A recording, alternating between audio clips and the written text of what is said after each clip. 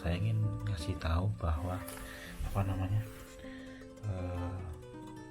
tanggal 4 Mei 2022 ini apakah Arhan akan main apa tidak, apakah akan debut atau tidak. Sebenarnya kalau saya mau jujur, untuk ini pendapat saya pribadi ya, kalau untuk debut itu sangat sulit, kemungkinannya kecil. Karena apa? Karena memang beberapa faktor yang memang melatar belakangi. Nah itu di sini saya sebutkan saja. Mungkin faktor ini menurut saya ya, ini pengalaman saya kemarin. Saya sempat ketemu sama Arhan kemarin, sempat foto-foto, sempat tanya-tanya dikit gitu ya. Ya kira-kira bisa main apa enggak. Sebenarnya kemungkinannya kecil ya. Nah, yang pertama, mengapa saya tidak segera debut, mengapa tidak dimainkan, mengapa tidak masuk line up ya, itu yang istilahnya banyak sekali orang yang menanyakan hal itu gitu loh ya. Jadi saya sendiri kadang-kadang di kolom komentar di netizen itu astagfirullahaladzim, saya kadang ngelus dodo gitu. Jadi kok bisa kayak gini gitu. Banyak sekali netizen Indonesia atau warganet Indonesia yang memang mengeluh-elukan agar Han itu segera dimainkan. Kalau enggak di Tokyo Verdy itu dituduh hanya memanfaatkan Arhan, padahal enggak begitu ya. Ya ini saya putarkan ya alasannya kenapa. Yang pertama, level fisik itu ketika datang ke Jepang, Arhan ini keluar dari PSIS. Maksudnya PSIS kan bermain di Bali, itu dari Bali pindah ke Jakarta, dan ini kan Arhan ya mungkin tetap melakukan latihan fisik, tapi cuma kan nggak bersama tim, udah nggak bisa sama tim gitu. Jadi di Jakarta berapa minggu, seminggu atau 2 minggu itu kan sudah nggak sama tim. Jadi level fisiknya bisa dikatakan itu turun, sebenarnya turun gitu, meskipun itu turunnya sedikit ya. Terus yang kedua, setelah dari Jakarta, Arhan harus terbang ke Jepang ya, ketemu dengan istilahnya harus melakukan karantina. Nah karantina ini 3 hari di hotel. Nah itu pun harus ya di dalam hotel, nggak boleh ngapa-ngapain, harus diam di hotel, nggak ngapain ya, main HP lah, paling main HP, paling nonton TV, main HP, main nonton YouTube. Ini mungkin seperti itu. Jadi dia nggak bisa ngapa-ngapain. Jadi selama karantina 3 hari level fisiknya pasti anjlok. Itu level fisiknya benar-benar pasti anjlok. Terus yang ketiga berikutnya, ini masih level fisik ya. Yang ketiga, ketika datang itu musim dingin.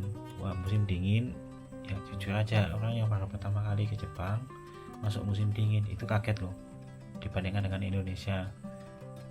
Istilahnya mereka shock juga, karena musim dingin di Jepang itu lebih dingin daripada gunung-gunung di puncak gunung Indonesia gitu. Mungkin sama atau bisa lebih dingin di Jepang ya, seperti itu. Nah jadi fisik ini benar-benar jadi kendala juga. Jadi ketika datang ke sini, ketika kondisi dingin, itu benar-benar bermasalah. Itu yang netizen nggak diketahui, nggak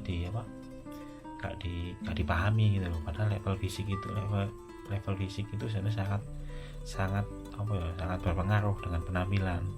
Dan level fisik itu kalau kita drop itu sulit banget untuk bermain sepak bola, untuk beradaptasi ya. Satu level fisik ya.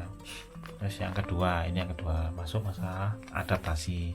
Nah untuk adaptasi di Jepang, sepak bola Indonesia dengan sepak bola Jepang itu sangat-sangat berbeda.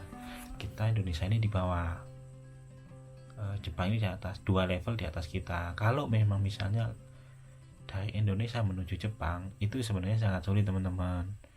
Istilahnya sepak bola Jepang itu di atas kita gitu. Meskipun Arhan adalah pemain tim nasional, kalau dia masuk tim Jepang ya mohon maaf ya, kualitasnya dia masih di bawah pemain Jepang gitu loh. Karena memang levelnya kita beda. Ibarat kata kita tuh kelas 1, mereka tuh kelas 3 gitu. Jadi kan beda gitu kan ya. Untuk menyampaikan level ini butuh beradaptasi, butuh latihan berkali-kali, butuh dari arahan dari teman-temannya, butuh arahan dari pelatihnya. Itu yang mungkin yang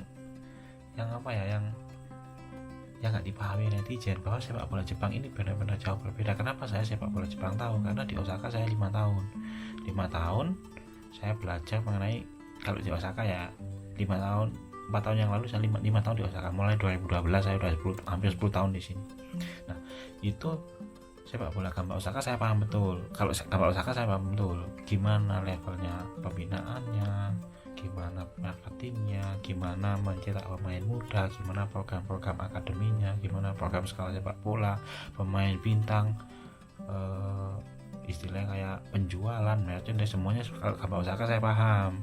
Nah, ternyata level sepak bola kita itu sangat jauh gitu ya. Nah, begitu juga kurikulumnya ini sebenarnya hampir sama, tapi cuma memang dibolak-balik. Tapi yang diajarkan di Jepang itu benar-benar sesuai dengan teori. Jadi sepak bola Jepang itu teorinya begini, tapi basicnya beda. Memang hampir sama tapi beda gitu loh. Jadi kayak kalau misalnya kerjasama, kalau di Jepang itu kerjasama dengan pemain itu sangat biasa. Misalnya dari bawah pemain sampai gawang lawan, depan gawang lawan itu kerjasama taktik. Kalau di Indonesia long passing, direct ball, apa yang dikatakan Pak Haruna Sumitro itu menuduh Sintayong melakukan long passing, direct ball. Nah, itu Indonesia kayak gitu kirinya. Seperti itu ya. Jadi adaptasi permainan ini dasar-dasarnya arahan dan pemain Jepang itu tidak sama ya.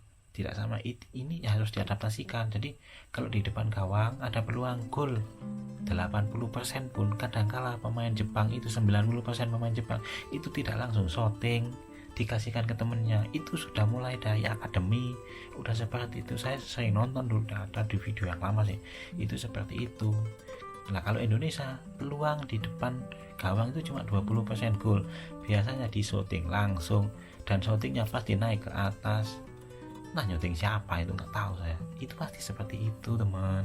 Nah, makanya di sini adaptasi tentang permainan, adaptasi tentang peran, tentang passing, tentang basic, semuanya itu akan harus harus dikasih tahu dulu sama pelatih, dan itu nggak gampang, nggak sebulan 2 bulan ya seperti itu ya. Bahkan bisa 3 bulan 4 bulan karena memang beda gitu. Nah, kalau memang misalnya ada katakanlah kayak pemain lain katakanlah di luar Indonesia, misalnya Asnawi, Eki, kok bisa susah di sana? Ya nggak tahu, saya juga nggak begitu paham tentang bola Korea, nggak paham. Memang hampir sama tapi saya nggak paham itu kenapa. Terus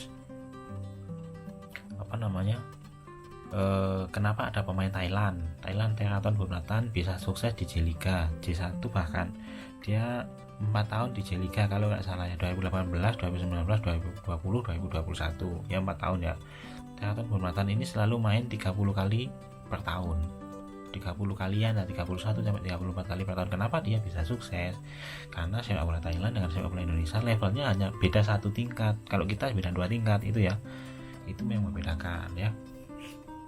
Terus makanya pemain Thailand ini bisa cepat adaptasi ya, mungkin seperti itu, beda-beda lah ya.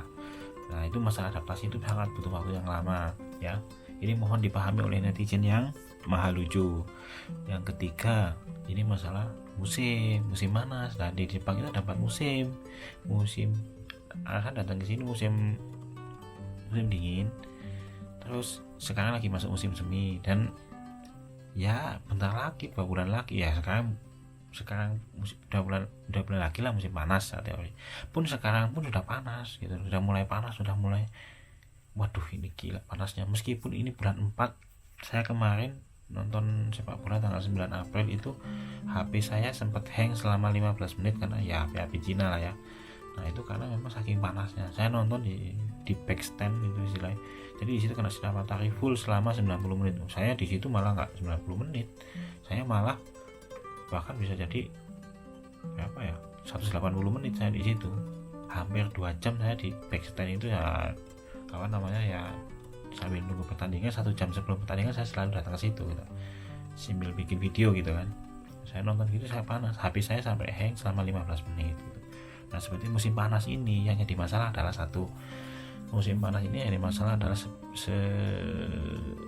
kelembapan udara. Kalau di Indonesia kelembapan udara itu standar, bahkan biasa aja, normal 50 sampai 60 derajat ya, 50 sampai 60 apa ya derajat apa gimana ya, 50 sampai 60 lah, itu yang normal. Kalau di Jepang itu tinggi, istilahnya humidity atau shitsudonya itu sangat tinggi, bisa jadi 70-80 ke atas, pokoknya sangat tinggi. Jadi ketika musim panas suhunya 38, 39, 35 lah, itu membahayakan atlet, membahayakan pemain. Karena apa? Istilahnya shitsudo yang sangat tinggi, kelembaban yang sangat tinggi itu menyebabkan apa? Menyebabkan keringat dari dalam tubuh. Meskipun kita diam, kita di luar rumah, kita diam selama 15 menit, kita bisa pingsan. Kenapa? Karena dehidrasi. Karena secara otomatis, secara alami, udara akan menyerap keringat kita untuk keluar. Istilah kayak udara itu menyuruh keringat kita keluar. Ketika keringat kita keluar, banyak cairan yang keluar, itu akan membuat kita pingsan atau dehidrasi. Kalau di Jepang ini sudah dari dulunya, sebelum saya datang juga 2012 sudah ngomong ini orang Jepang, bahwa ketika musim panas bulan 7, bulan 8, bulan 9 mereka selalu mengumumkan di TV untuk minum yang banyak. Itu satu. Yang kedua, ada yang namanya Nejusho. Nejusho itu penyakit, bukan penyakit sih, jadi orang-orang yang beraktivitas di luar rumah atau di dalam rumah. Di dalam rumah ini nggak pakai AC loh ya, kalau pakai AC nggak masalah, nggak begitu bermasalah. Tapi kalau nggak pakai AC bermasalah.